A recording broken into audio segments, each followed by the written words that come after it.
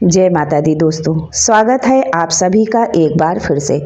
माँ भगवती की कृपा आप और आपके परिवार पर सदा सर्वदा बनी रहे। दोस्तों, यदि आप अपनी लाइफ में नया कुछ सीखना चाहते हैं तो चैनल को सब्सक्राइब जरूर करिएगा। सनातन धर्म में पितृपक्ष का विशेष महत्व है। धार्मिक मान्यताओं के अनुसार पितृपक्ष में स्नान, ध्यान, तर्पण, श्राद्ध कर्म इत्यादि से व्यक्ति को पितरों का आशीर्वाद प्राप्त होता है और पूर्वजों की आत्मा को तृप्ति मिलती है। इस अवधि में पितर अपने परिवार के सदस्यों से मिलने के लिए मृतलोक पर आते हैं। दोस्तों, आज के वीडियो में जानते हैं कि पितृपक्ष कब से शुरू हो रहा है, श्राद्ध की तिथि और पितृपक्ष पर किए जाने वाले विशेष उपाय क्या हैं। लेकिन उससे पहले आपसे रिक्वेस्ट करती हूँ कि वीडियो को लाइक करिएगा, दोस्तों को शेयर कर दीजिएगा और अगर आपने अभी तक चैनल को सब्सक्राइब नहीं किया है तो चैनल को सब्सक्राइब करके बेल आइकन जरूर दबाइएगा। दोस्तों, वैदिक पंचांग के अनुसार आश्विन मास के कृष्ण पक्ष की प्रतिपदा तिथि से पितृपक्ष का शुभारंभ हो रहा है। सनातन धर्म में पितृपक्ष का विशेष महत्व है। मान्यता है कि पितृपक्ष की अवधि में पूर्वज स्वर्गलोक से मृत्युलोक पर अपने परिवार के सदस्यों के साथ समय बिताने आते हैं। धार्मिक मान्यता है कि पितृपक्ष में श्राद्ध कर्म, तर्पण, पिंडदान और स्नान दान करने से जीवन में सुख समृद्धि की प्राप्ति होती है। साथ ही इस अवधि में इन कर्मों को करने से पूर्वजों की आत्मा को शांति मिलती है और उनका आशीर्वाद प्राप्त होता है।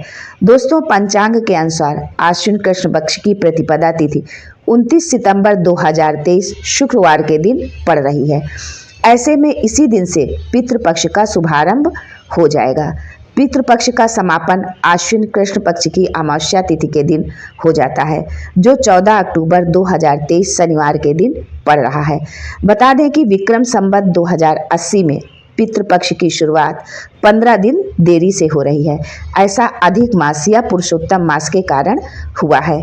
29 सितंबर 2023 शुक्रवार को पूर्णिमा श्राद्ध होगा। 30 सितंबर 2023 शनिवार को द्वितीय श्राद्ध किया जाएगा। 1 अक्टूबर 2023 रविवार को तृतीय श्राद्ध होगा। 2 अक्टूबर 2023 सोमवार को चतुर्थी का श्राद्ध किया जाएगा। 3 अक्टूबर 2023 मंगलवार को पंचमी का श्राद्ध होगा। 4 अक्टूबर बुधवार को षष्ठी का श्राद्ध होगा। 5 अक्टूबर गुरुवार को सप्तमी का श्राद्ध होगा। 6 अक्टूबर 2023 शुक्रवार को अष्टमी का श्राद्ध होगा। 7 अक्टूबर 2023 शनिवार को नवमी का श्राद्ध होगा, जिसे हम मातृ नवमी कहते हैं। 8 अक्टूबर 2023 रविवार को दशमी का श्राद्ध होगा। 9 अक्टूबर 2023 सोमवार को एकादशी का श्राद्ध होगा। 11 अक्टूबर 2023 मंगलवार को द्वादशी का श्राद्ध पड़ेगा। 12 अक्टूबर 2023 गुरुवार को त्रयोदशी श्राद्ध होगा। 13 अक्टूबर 2023 शुक्रवार को चतुर्दशी श्राद्ध होगा। 14 अक्टूबर 2023 शनिवार को सर्वपितृ अमावस्या होगी। सर्वपितृ अमावस्या के दिन ही साल का दूसरा सूर्य ग्रहण भी हो रहा है। दोस्तों, अब आगे जानते हैं कि पितृपक्ष में किए जाने वाले विशेष उपाय। शास्त्रों में ये विदित है कि पितृपक्ष में स्नान, दान और तर्पण इत्यादि का विशेष महत्व होता है। इस समय आप जो भी श्राद्ध कर्म या पिंडदान करें उसे किसी विद्वान ब्राह्मण से ही करवाएं। इसके साथ किसी ब्राह्मण को या जरूरतमंद को अन्न, धन या वस्त्र का दान करें। ऐसा करने से पितरों का आशीर्वाद प्राप्त होता है। दोस्तों, पितृपक्ष पूर्वजों की मृत्यु की तिथि के अनुसार श्राद्ध कर्म या पिंडदान किया जाता है। किसी व्यक्ति को यदि अपने पूर्वजों की मृत्यु की तिथि याद नहीं है तो वो आश्विन कृष्ण पक्ष की अमावस्या के दिन ये कार्य कर सकते हैं। ऐसा करने से पूर्ण फल प्राप्त होता है। हमेशा पिंडदान, तर्पण, श्राद्ध आदि कर्म पितृपक्ष के दिनों में हमेशा किसी योग्य ब्राह्मण से ही करवाना चाहिए।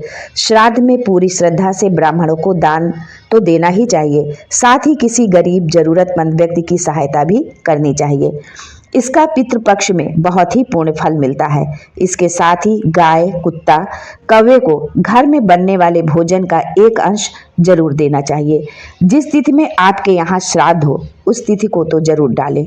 यदि संभव हो तो गंगा नदी के किनारे श्राद्ध कर्म करवाना चाहिए, पर यदि ऐसा संभव ना हो तो आप घर पर ही इसे किसी योग्य पंडित से करवा सकते हैं। जिस दिन श्राद्ध हो उस दिन ब्राह्मणों को भोजन जरूर करवाना चाहिए। भोजन के बाद अपनी सामर्थ्य के अनुसार दान दक्षिणा जरूर दें।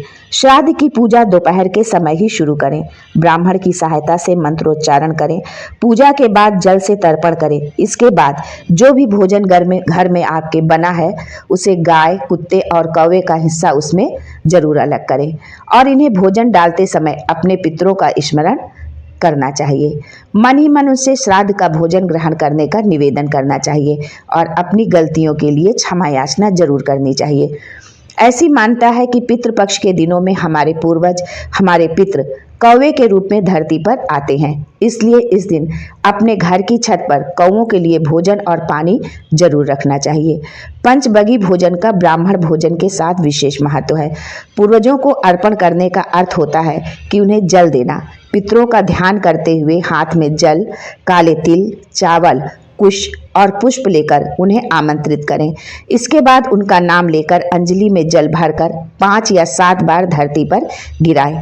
यदि संभव हो तो प्रतिदिन किसी पवित्र नदी में स्नान करके वहीं पर पितरों को जल दें। यदि संभव नहीं है तो घर पर ही किसी पात्र में जल भर लें।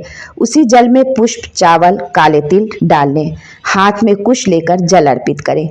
पितृपक्ष में प्रतिदिन प्रातः घर के दरवाजे पर पानी छिड़के और दक्षिण दिशा की तरफ चावल, तिल और पुष्प डालें और शाम के समय घर के दरवाजे पर दक्षिण दिशा की ओर एक दीपक जलाएं।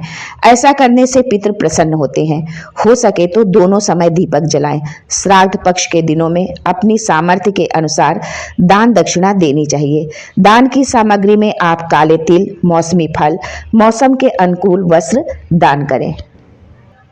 पितृपक्ष के दौरान गरीबों को भोजन करा सकते हैं। दोस्तों, कुछ ऐसे काम हैं जो पितृपक्ष में नहीं करने चाहिए। पूरे पितृपक्ष के दौरान घर में शुद्ध सात्विक भोजन बनना चाहिए।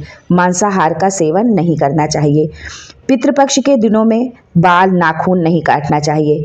पितृपक्ष के दिनों में भोजन में कुछ ऐसी वस्तुएं हैं जिन्हें नहीं खाना चाहिए, जैसे मसूर, राजमा, चना, अलसी, बासी भोजन, बैगन की सब्जी और कढ़ी। श्राद्ध के दिन पितरों का प्रिय भोजन ही अर्पित करना चाहिए और उसी का दान भी करना चाहिए। हर दिन नियम से भगवत गीता का पाठ एवं संभव हो तो गरुड़ पुराण का पाठ जरूर स्वयं करें या सुने। अगर पितृ दोष लगा है तो पितृपक्ष में उसके निवारण के लिए उपाय भी कर सकते हैं। यदि आप हर दिन नियम से गाय को, कुत्ते को भोजन खिलाते हैं, मछलियों को खिलाते हैं, पितरों के नाम से श्राद्ध तर्पण करते हैं तो उससे पितृदोष दूर हो जाता है। मान्यता है कि यदि किसी ने गया में जाकर श्राद्ध कर लिया है तो उन्हें हर वर्ष श्राद्ध करने की जरूरत नहीं होती है। दोस्तों, वाल्मीकि रामायण में एक कथा वर्णित है भगवान राम और उनके पितरों के श्राद्ध से संबंधित। इस कथा को आप हमारे दूसरे चैनल में सुन सकते हैं।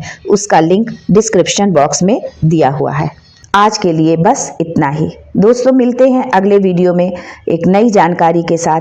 तब तक के लिए जय देव।